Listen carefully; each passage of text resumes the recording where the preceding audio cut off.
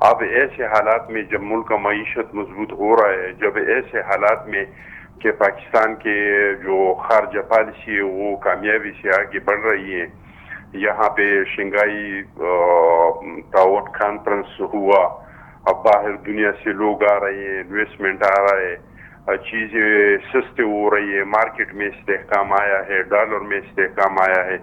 میں نہیں سمجھتا ہوں کہ کسی کو اقتدار میں لانے کے لیے یا کسی کو جیل سے باہر نکالنے کے لیے لوگ اور عوام باہر نکلیں گے.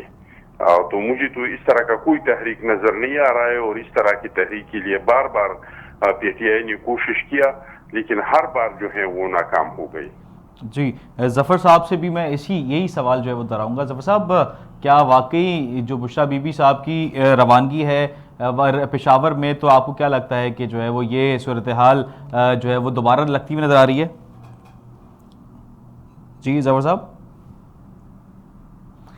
ظفر صاحب سے ہمارا لائن جو ہے وہ منقطع ہو گئی ہے. آصف باجوہ صاحب، کیا لگتا ہے آپ کو کہ بشریٰ بی بی کی جو روانگی ہے پشاور میں، وہ کوئی سیاسی تحریک لگ رہی ہے، یا وہ صرف گئی ہیں وزٹ کے لیے اور لوگوں سے، ان کے جو پی ٹی آئی کے لیڈرشپ ہے اس سے ملاقاتیں کریں گی، اور کوئی اہم فیصلے بھی متوقع ہیں؟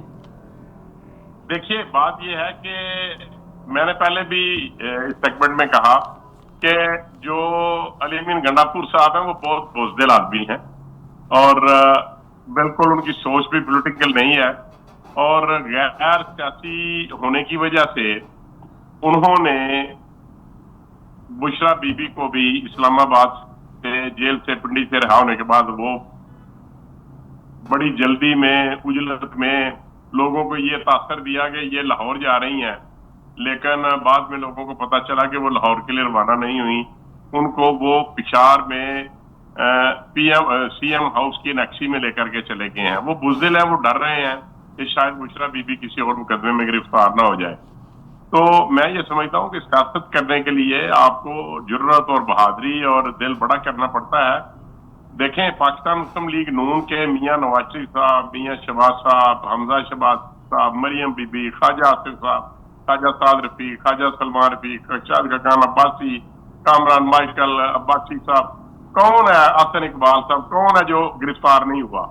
اور کئی عرصے، لمبے عرصے تک، وہ 2 سال 3 سال تک حمزہ شہباز صاحب جو ہیں وہ جیل میں رہے، ہماری تمام لیڈرشپ، لیکن کبھی کوئی بھاگا نہیں، کبھی کسی نے اسٹیٹمنٹ نہیں دیا، کبھی کسی نے کوئی ایفیڈیوٹ نہیں دیا، کبھی کسی باہر نکلنے کے بعد ٹی وی ٹاک شوز والے کسی اینکر کو بلا کے اپنی سٹیٹمنٹ نہیں دی. اور ان کے دیکھیں، پنجاب کا کوئی لیڈر ہو یا حماد اظہر ہو یا کوئی اور دوسرے ہوں، سب کے سب بھاگے ہوئے تھے. اور آج بھی یہ ایک گروپنگ کی طرف اشارہ ہے. ایک گروپ جو ہے وہ اس کو لیڈ کر رہے ہیں اور اس کو لیڈ کرنا چاہ رہے ہیں علی امین گنڈاپور صاحب، دوسرے کو اسلام آباد کے پارلیمنٹیرین لیڈ کرنا چاہ رہے ہیں، تیسرے گروپ کو کوئی جو ان کے ایڈوکیٹ ہے اکرم صاحب وہ کرنا چاہ رہے ہیں، کسی کو کوئی وہ شیر عبد المروت صاحب جو ہے وہ کچھ کرنا چاہتے ہیں. تو میں عرض کروں کہ یہ کوئی تحریک نہیں. اچھا آصف صاحب، یہ بتائیے گا کہ ایک نئی جو ہے وہ ذرائع جو ہے وہ بتاتے ہیں کہ ایک نئی تبدیلی ایکسپیکٹڈ ہے، جو کہ وزیر اعظم کی تبدیلی کی اطلاع بھی جو ہے وہ سامنے آ رہی ہے. تو آپ کو کیا لگتا ہے کہ اس دوڑ میں بلاول کا نام تو سر فہرست ہے، مگر نواز شریف صاحب کا بھی نام اب جو ہے وہ کوٹ کیا جا رہا ہے، تو آپ کو کیا لگتا ہے کہ ایسا پاسبل ہے؟ قطعی طور پہ بالکل یہ ڈس انفارمیشن ہے، مس انفارمیشن ہے. یہ ایسی کوئی بات نہیں ہے، نہ ہماری سیاسی اتحاد میں اس طرح کی کوئی کمٹمنٹ ہے، اور نہ ہی اسی طریقے کی کوئی موومنٹ ہے. اور میں آپ کو عرض کر دوں، میں بڑے وثوق سے یہ بات کر سکتا ہوں اور بڑی ذمہ داری کے ساتھ یہ بات کرنا چاہ رہا ہوں کہ اس سے پہلے تو اسمبلیوں نے ٹینیور پورے کیے، لیکن کسی بھی پرائم منسٹر نے ٹینیور پورا نہیں کیا. یہ بات آن ریکارڈ ہو رہی ہے اور یہ پوری دنیا میں دیکھی جائے گی. جو میں عرض کرنے جا رہا ہوں کہ یہ جو سیشن ہے اسمبلی کا، یہ 5 سال بھی پورے کرے گا، اور یہی کیبنٹ بھی رہے گی، اور یہی پرائم منسٹر رہیں گے انشاءاللہ. قطعی طور پہ کسی بھی قسم کا کوئی خدشہ نہیں ہے، کوئی ایسی پلاننگ نہیں ہے، کوئی ایسے تحفظات نہیں ہے. میاں دیکھیں، اکانومی ہماری بہتری کی طرف جا رہی ہے، مہنگائی کم ہو رہی ہے،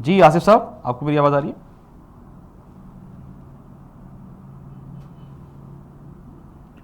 دیکھیے، یہ وہ ایک بزنس انیشیٹوز کے لیے کانفرنس ہے جو انہوں نے ترتیب دی ہے ریاض میں سعودی عرب کی گورنمنٹ نے.